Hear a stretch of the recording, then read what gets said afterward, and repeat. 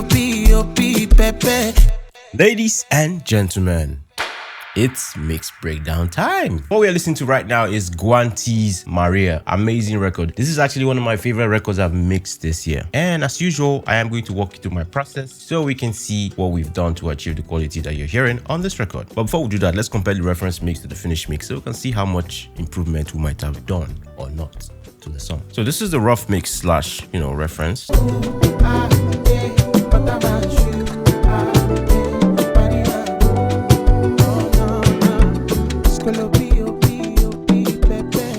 I mean, in all fairness, nothing has been particularly done to the record there, but let's listen to the finished record.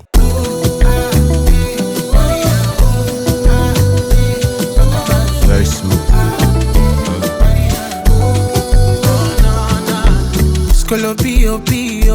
Pepe, give me that love, that special love, so many things I feel to give to you. Alright, so there you go. By the way, this song is out, so you can go on Apple Music and listen to the record in Dolby Atmos and other streaming platforms to listen to good or regular stereo. I can't necessarily remember everything I did on the song because it's been a while, but I'm just going to go over the mix and we are going to discover what I did together essentially. I like to start with that good old session organization, put things in the right folders where I want it to be. At the end of the day, the whole session organization thing is very personal. Just make sure it's something that helps your workflow. I do have a friend of mine who's a seasoned audio engineer and musician, and he took my mixing and mastering course. He's currently working with my template, but he doesn't like to do folders for instrumentals and tracks. He just prefers to just only use the aux folder here. Very personal thing. You do what you want to do, provided your session is organized and you can find anything you want to find very easily. That being said, this is how I like to do mine. I have a giant folder that contains the entire song. And then within that folder, we have the instrumental folder and we have the Vox folder. Within the instrumental folder, we have drums, we have bass, we have melodies. I like to put the drums and the effects in the same folder, which is drums. And we have the vocal folder. And within the vocal folder, we have two more folders. I have my lead folder and I have my background vocal folder. And then any other thing I want to do in the mix in terms of groupings, I just create groups for them. As you can see down here, I have a lot of groups. This is a group for ooh. This is a group for ooh, ah, eh. This is a group for, whatever it is. I just create groups as needed. We're going to start from the drums as usual. The kick. Yeah, this beat has a very, very nice soft kick. And as usual, we're starting with gain staging. I'm choosing to use the trim plugin for that. Somebody asked in the comment if you can just use the clip gain, and yes, you can, right? I just prefer to use the trim plugin. And sometimes I use a combination of both. When I'm trying to bring up any element of the song that is too low and I can't get it loud enough with the trim plugin, then I will go to the clip gain and then add some gain, essentially. That's how I use both the clip gain and the trim plugin. And as you can see, I'm doing a low shelf here up to 30 Hz to tighten that low end. I'm also doing a low pass this time around. Just because I felt like I don't need all of the frequencies above 760 Hz, But we do have some signals there, but they're not contributing to the record. Again, if you're going to do a low pass like this, you have to make sure you're not cutting into any audible frequencies that the kick might have. Amazing drum percussion, by the way. This beat was produced by Ozediko's legend. So the same thing for the rest of the drums, actually. Trim to do some gain staging. Turning up the pre-fader level on this hi-hat, by the way, as you can see. And then we have the EQ. Carving out space. And I'm also doing this dynamic EQ move here to control the harshness in the hi-hats. And it's the same for the rest of the drums. Gain staging, where we need to do gain staging. We have the EQ to carve out space. That's it. And once I'm done doing all the gain staging and EQing to carve out space and whatnot, then I will now do the mix itself. As you can see, the kick's louder than everything else. You still have to do your mix. The first and the major gain staging process is just for you to get your levels to optimal levels. And by that, I mean get your pre-fader levels to where it's not too hot so that you have enough headroom to work with and it's not too quiet. And then after that, I would route all the drums to the drum bus. As you can see, that's where I'm doing my compression. And then I would also route all the tracks to my parallel compression bus. We do have one send here though. This is my sidechain send for the bass. If we go over to the bus compression real quick for the drums,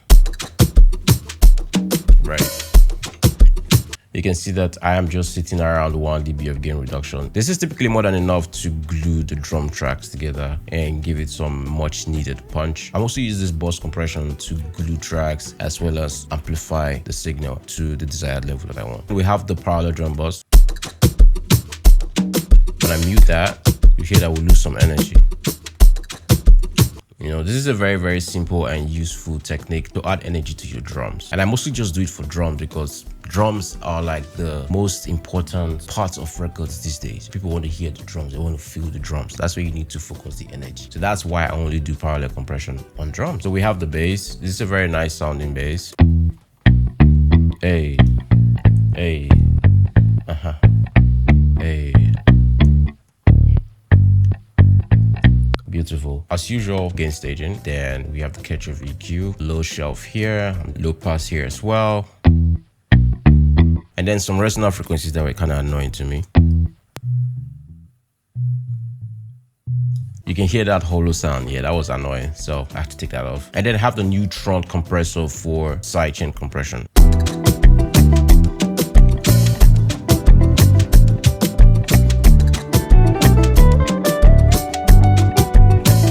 You can see that the compressor is ducking the bass every time the kick hits, just to give that kick extra punch and presence in the mix.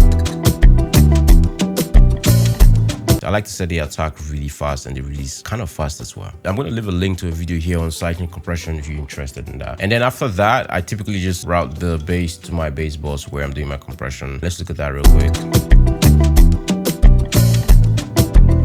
Right.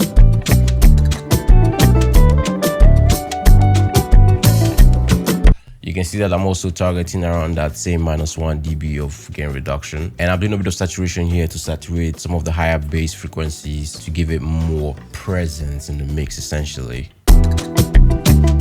Right? The BX saturator plugin is my favorite saturator plugin to use for bass actually. You have the crossover point and I've set this to go from 300 Hz to 8K. So that's where we are focusing the saturation. And this is mid-side processing as well. We have the mid-low, we have the mid-high, we have the side-high, we have the side-low. And I'm just focusing my saturation on the mid-high. That's what you're hearing right now.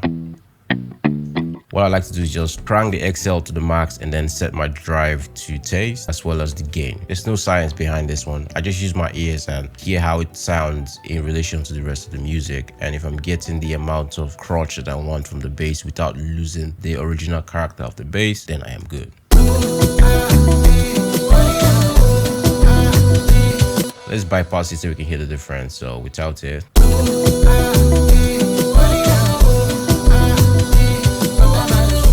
And then with it.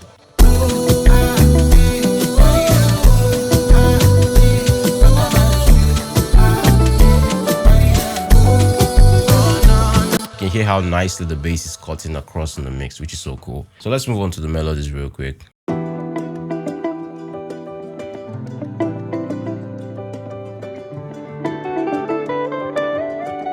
Beautiful. So we do have a guitar up here.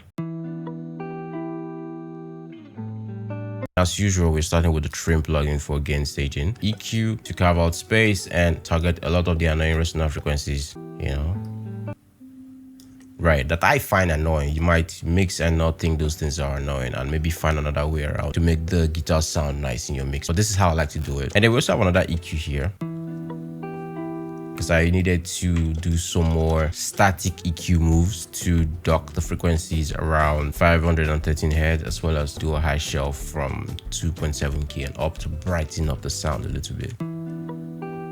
If I took this out, you would hear the difference. And then with it on, you know, it just sounds a little bit cleaner, actually a lot cleaner to be honest. And this is typically the part that takes a lot of my time when I'm mixing, this melody parts of any song, because this is where you tend to get frequencies that are masking each other. What's this? Because you have the muted guitar, you know, the same process. As you can see, I do a lot of search and destroy for resonant frequencies. Not destroy, taming. I won't say destroy because I'm using a lot of dynamic EQing to do that, to make sure we're not affecting the whole signal. We're only affecting the signal when it exceeds the threshold that we've set, which is quite important. Ooh, this is really nice.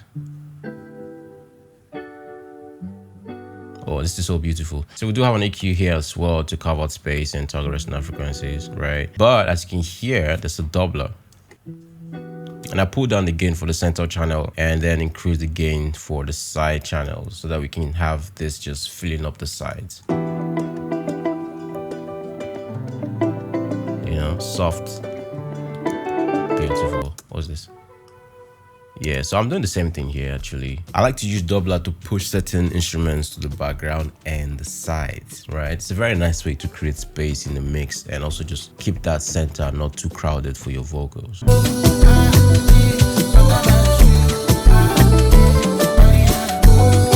And as usual, after I've done my gain staging EQing, I will make decisions based on what I think will work for the record and also based on what the artist recommends. Because at the end of the day, mixing and mastering somebody else's song is a collaborative process. So typically you would send the mix to them and they would usually have what they prefer to be louder in the mix. And that's how you end up with a finished record. And as usual, I've routed all the instruments to the melody bus. I might not be doing any heavy compression.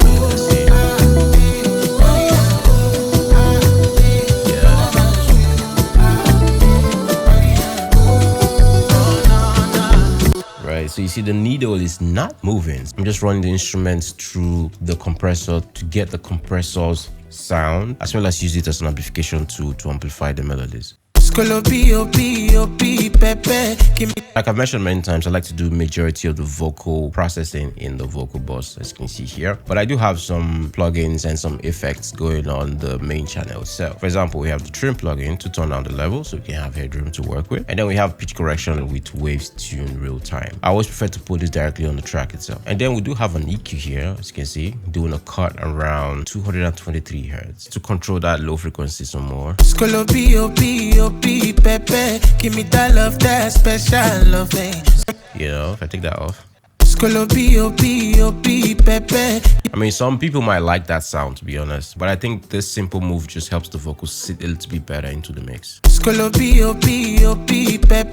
give me that love, that special loving.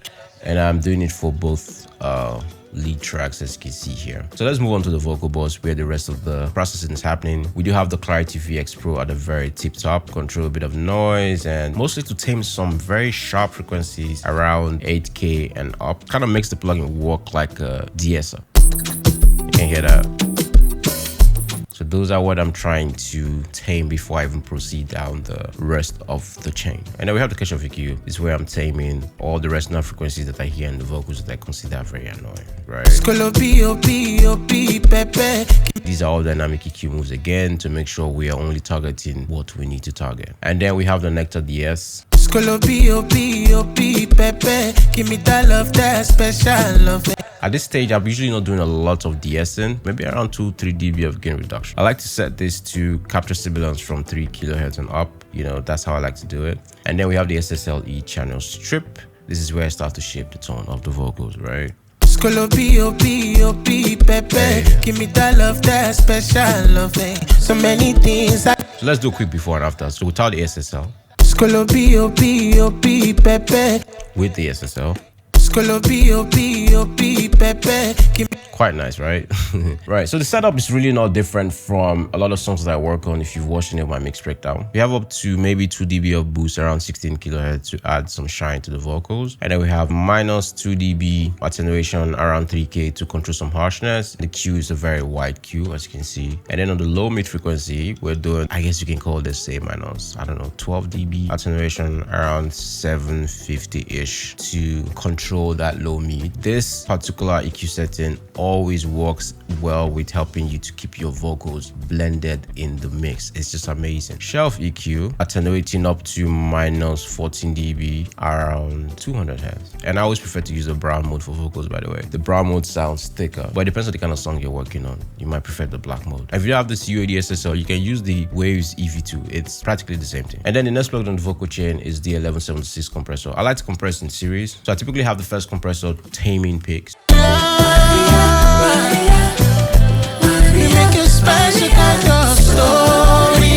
Right, you can see that the needle doesn't move until we get to that, you know, we're just taming peaks at this stage. This revision AE version of UAD 1176 has the slow mode that sets the attack time to around 10 milliseconds. So it just makes it works like an opto compressor, even though it's not an opto compressor in a sense. And then we have the ratio set as usual to 4:1, and the release is very fast release. As you can see, this is the fastest. The way the 1176 works is 1 is slow, 7 is fast. It's the opposite of other typical compressor plugins. Picture this like gear 1 to gear 7. Gear 1 slow, gear 7 fast. And then the next plugin in the vocal chain is the C6 multiband compressor. This is also another very important tool in the vocal chain. Again, I'll leave a video here to watch how to do this from scratch. I'm not going to go too deep into this, but let's do a quick A/B. So before. We make a special kind of story. And then. We make a special kind of story. A story. Right, you can hear how beautiful that sounds. It's actually quite nice. And then the next plugin on the vocal chain is the LA28. This is the main compressor for the vocal chain. This is where I really dial in my compression as much as I need for the vocals. I typically like to aim for anywhere between -3 and -5 dB of gain reduction. That works for me all the time.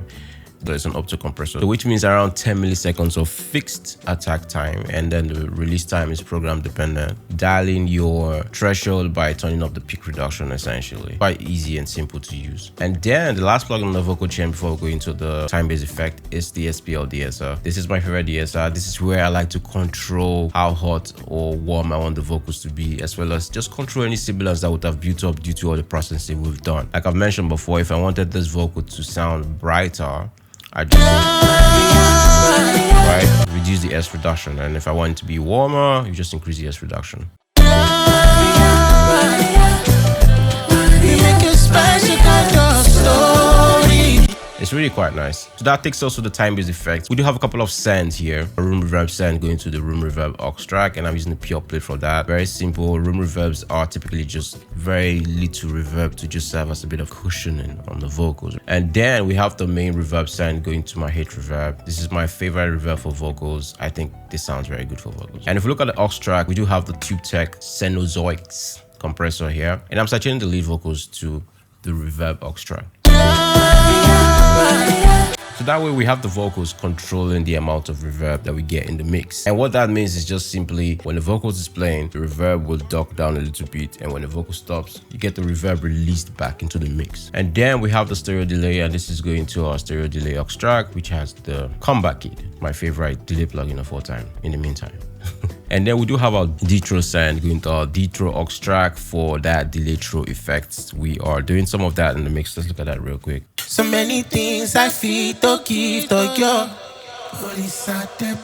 You feel it? Right, you can hear that the delay actually just kind of explodes into a big reverb. That's because I also have the Valhalla reverb on the delay through aux track as well. Although these days I prefer to do this with a send to my reverb aux track, but this sounds very good. And that's it for the lead vocals essentially. Now we do have a lot of vocals for the backups.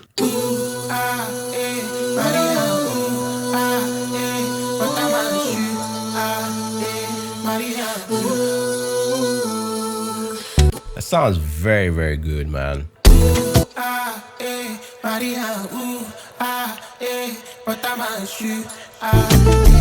Right, so the ooh ah eh, as you can see, I've routed these ones to my Adlibs aux track right here.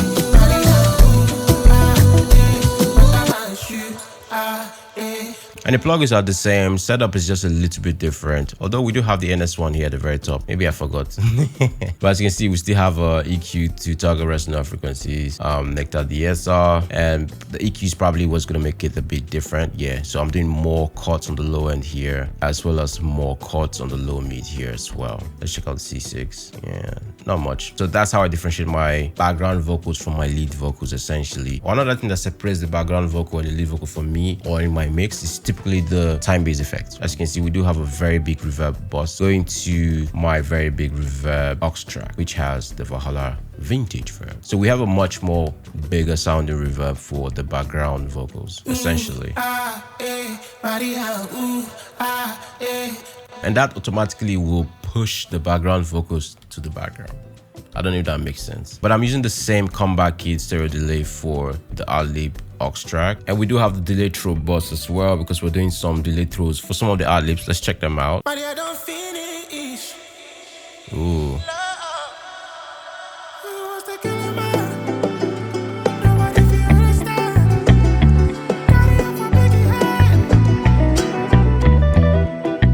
That's really cool, man. Right. And for the other background vocals, I do have them going to a separate background vocal vox. But before we hit the background vocal vox, we are hitting the background summing vox, right, where I'm doing a bit of multi-band compression to constantly keep those background vocals below the lead whenever they are playing at the same time. No.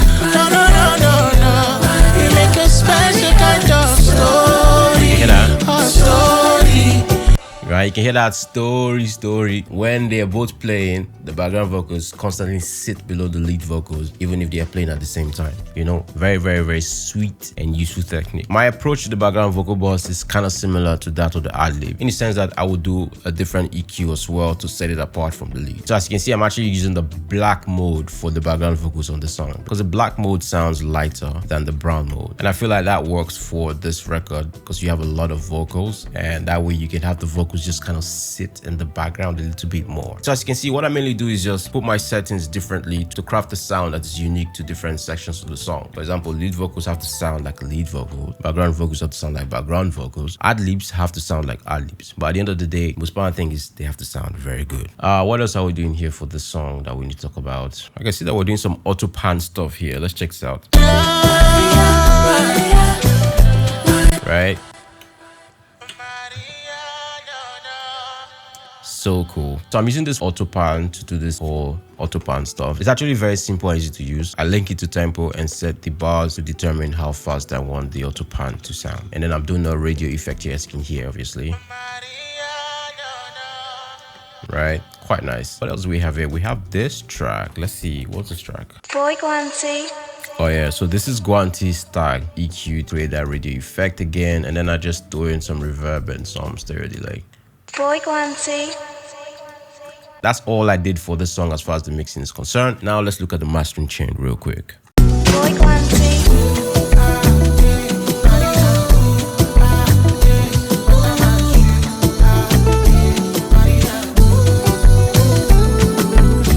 At the very top of my mastering chain, I have the VU meter. Boy Gwannty.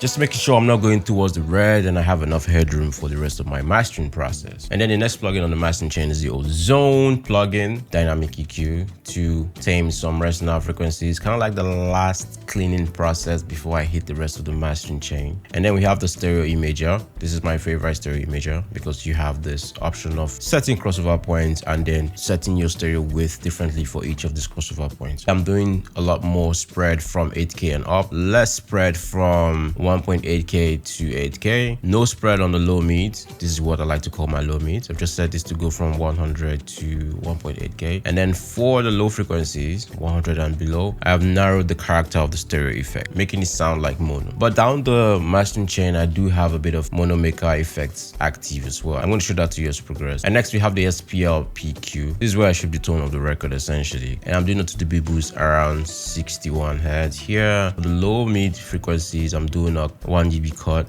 around 220 hertz. Pretty much. This is what I'm attenuating. Right. I'm now doing this into the mid frequencies. For the high mids, I'm doing a 1 dB boost around 2600 hertz. Just to add a little bit more snappiness to the snare and everything that's sitting around that frequency range.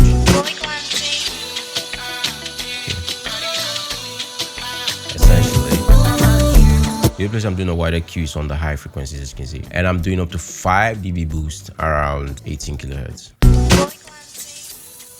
Ooh. Okay. Ooh. The highs on this EQ sounds very, very smooth, as you can hear. Right? Quite nice. So I have the mono maker turned up to 60 hertz here, so which means everything below 60 hertz is going to be turned into mono. But for some weird reason, I also have the mono maker here set to 90 hertz. This is kind of overriding what I did before, but you know, it's just it's just there now. Right, and yeah, before I forget, this is our SPL ion. This is where I'm doing the compression for the entire track. This is where I'm actually gluing the entire track together essentially. And the goal is 1 dB of gain reduction. And we do have very, very slow attack, very, very fast release. This is what you want for mastering, essentially. You can apply the same settings to any mastering compressor that you have and you get good results. Just make sure you are not squashing your signal. We do have this air bass feature that this compressor has that I really, really like. And I have it turned on, you know, to give some more thickness to the low end. Let me turn it off so you can hear the difference. So without it, right, and then with it on, and hear how fat the low end sounds. Beautiful, right? And then the next plug on the mastering chain is a black box saturator, and this is what I'm using to add saturation to the entire song. I like to set this up in a sort of parallel processing setup, and by that I mean I have the mix set to 50%. So I'm combining 50% of the saturated signal with 50% of the clean signal, and the setup is very straightforward. I like to set this to flat, so I have the saturation going across the entire frequency range. Saturation is set to 50%, pen to 50%, going to the triode also at 50%, and I've activated the air to add some more saturation to the higher frequencies, and I've turned the air amount up to 70%. As you can hear, this song is very, very sort of bright and airy, and that's what the artist wanted, and this is a very good way for me to do that without having very sharp high frequencies, essentially. And then the next plugin on the mastering chain is BS Clipper. We're just clipping here. I like to set this to diode because I like diode. I think diode sounds very smooth, to me at least.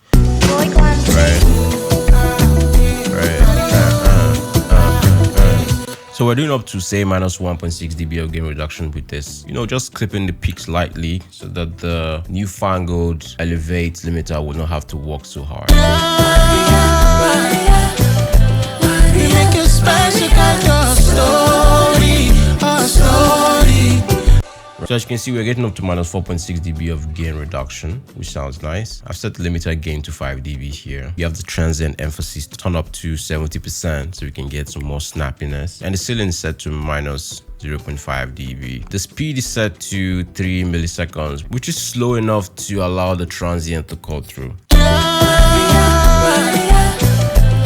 We make a special kind of story, a story. And this is giving us an integrated loudness of minus 8.1 LUFS, or let's say minus 8, and a true peak of minus 0.4. So that's it. That's everything I've done for Maria by Gwannty. And I need you guys to go and stream this song and support Gwannty. He's a very, very talented artist, man. He deserves it. All right. So yeah, man, that's it for now. I hope you got something from this as usual. And if you did, make sure you leave me a like and subscribe to the channel if you've not. And if you have questions, leave them in the comment section below. And also, if you have any ideas on how to do any of the things that I do in my mix differently to get a different, better results, just leave them in the comment section so that we can learn from you as well. This is supposed to be a community where I can actually also learn from you guys. Do you understand? So if you have anything, put in the comment section, okay? And if you like to book my services for mixing and mastering, I'm going to leave a link below to the engineers page so you can book my services, or you can hit me up on Instagram at BennyMacaulay.db. And if you like to buy my custom mixing and mastering templates, you can see how I work with my templates. Or you like to buy my vocal presets and mastering presets, I'm going to leave a link below as well where you can get them. And also, in case you don't know, your boy is officially Adobe Atmos certified mixing and mastering engineer. So yeah, you guys can leave a congratulatory message in the comment section below. I appreciate it. All right. And so that's going to be for now, man. I shall see you on the next one. Benny Macaulay out.